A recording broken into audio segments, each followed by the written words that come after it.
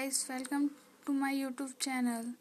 आज मैं इस वीडियो में आपको क्लास 12 का जो भी अकाउंटेंसी सब्जेक्ट है उसमें फर्स्ट चैप्टर एनपीओ होता है, ठीक है। तो उसकी के बारे में मैं बताने जा रही हूँ। नोट्स मैंने दे दिया है, ये है नोट्स, और मैं अपने मुंह से अच्छे से डिफाइन कर देती हूँ, ठीक है। तो सबसे पहले हमारा आता है एनपीओ। तो एनपीओ एक ऐसी संस्था होती है जो लाभ कमाने के उद्देश्य नहीं करती है, बल्कि समाज की सेवा करे इसके उद्देश्य से वो करती है।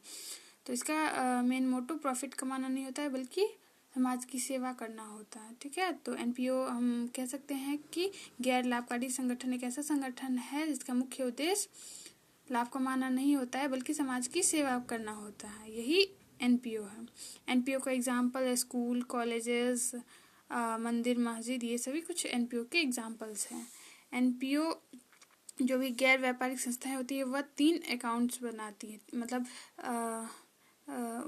वर्ष के अंत में जो बनाया जाता है, प्रत्येक वर्ष के अंत में, वो 3 प्राप्ति एवं भुगतान खाता बनाते हैं, आय व्यय खाता, इनकम एंड एक्सपेंडिचर अकाउंट, एक क्लास में बैलेंस शीट बनाता है, ठीक है। अब रिसिप्ट एंड पेमेंट अकाउंट, ये एक रियल अकाउंट होता है जो कैश, जिसमें हम जिसे कैश बेसिस पे बनाते हैं। ये मेनली इसमें हम कैपिटल और रेवेन्यू दोनों आइटम्स का लेखा करते हैं, और यह समस्त आयगत एवं पूंजीगत प्राप्तियां भुगतानों का सारांशित रूप होता है, ठीक है। इसे ओपनिंग कैश इन हैंड और कैश एट बैंक से स्टार्ट करते हैं। इसकी ये विशेषताएं हैं कि ये एक रियल अकाउंट है, ये कैश बेसिस पर तैयार किया जाता है। इसमें आयगत एवं पूंजीगत दोनों प्रकार के मदों का लेखा किया जाता है। यह सभी वर्षों से संबंधित होता है, भूत, वर्तमान और भविष्य तीनों वर्षों से। इस खाते में समायोजन जैसे ह्रास, अदत्तव्यय, अप्राप्य ऋण, ये सभी का लेखा नहीं होता है। इसे ओपनिंग कैश इन हैंड और कैश एट बैंक से प्रारंभ करते हैं और क्लोजिंग कैश इन हैंड और कैश एट बैंक से बंद करते हैं, ठीक है। अगर नेगेटिव बैलेंस होगा तो अपोजिट साइड में दिखाएंगे।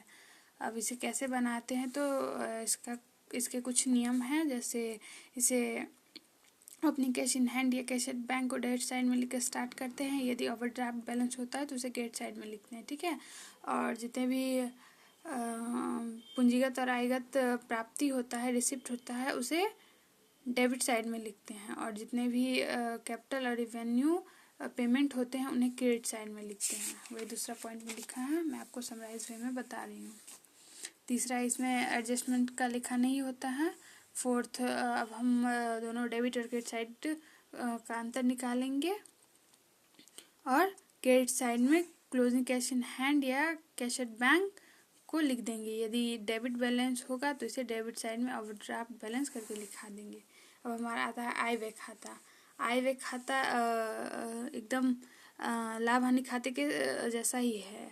इसमें हम इनकम और एक्सपेंडिचर को दिखाते हैं। ये एक नॉमिनल अकाउंट होता है, ठीक है, जिसे एनपीओ गैर व्यापारिक संस्थाओं द्वारा तैयार किया जाता है। इसमें ये हम सरप्लस या डेफिसिट की राशि, जो भी हमें अमाउंट जाना है सरप्लस या डेफिसिट, उसके लिए हम ये बनाते हैं।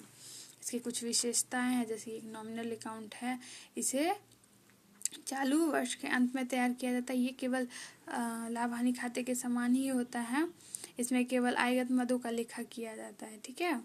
और इसके बनाने का उद्देश्य सरप्लस या डेफिसिट की राशि को ज्ञात करना है। यह केवल चालू वर्ष से संबंधित होता है। इसके भी बनाने के कुछ नियम हैं जो मैं नेक्स्ट वीडियो में आपको बताऊंगी।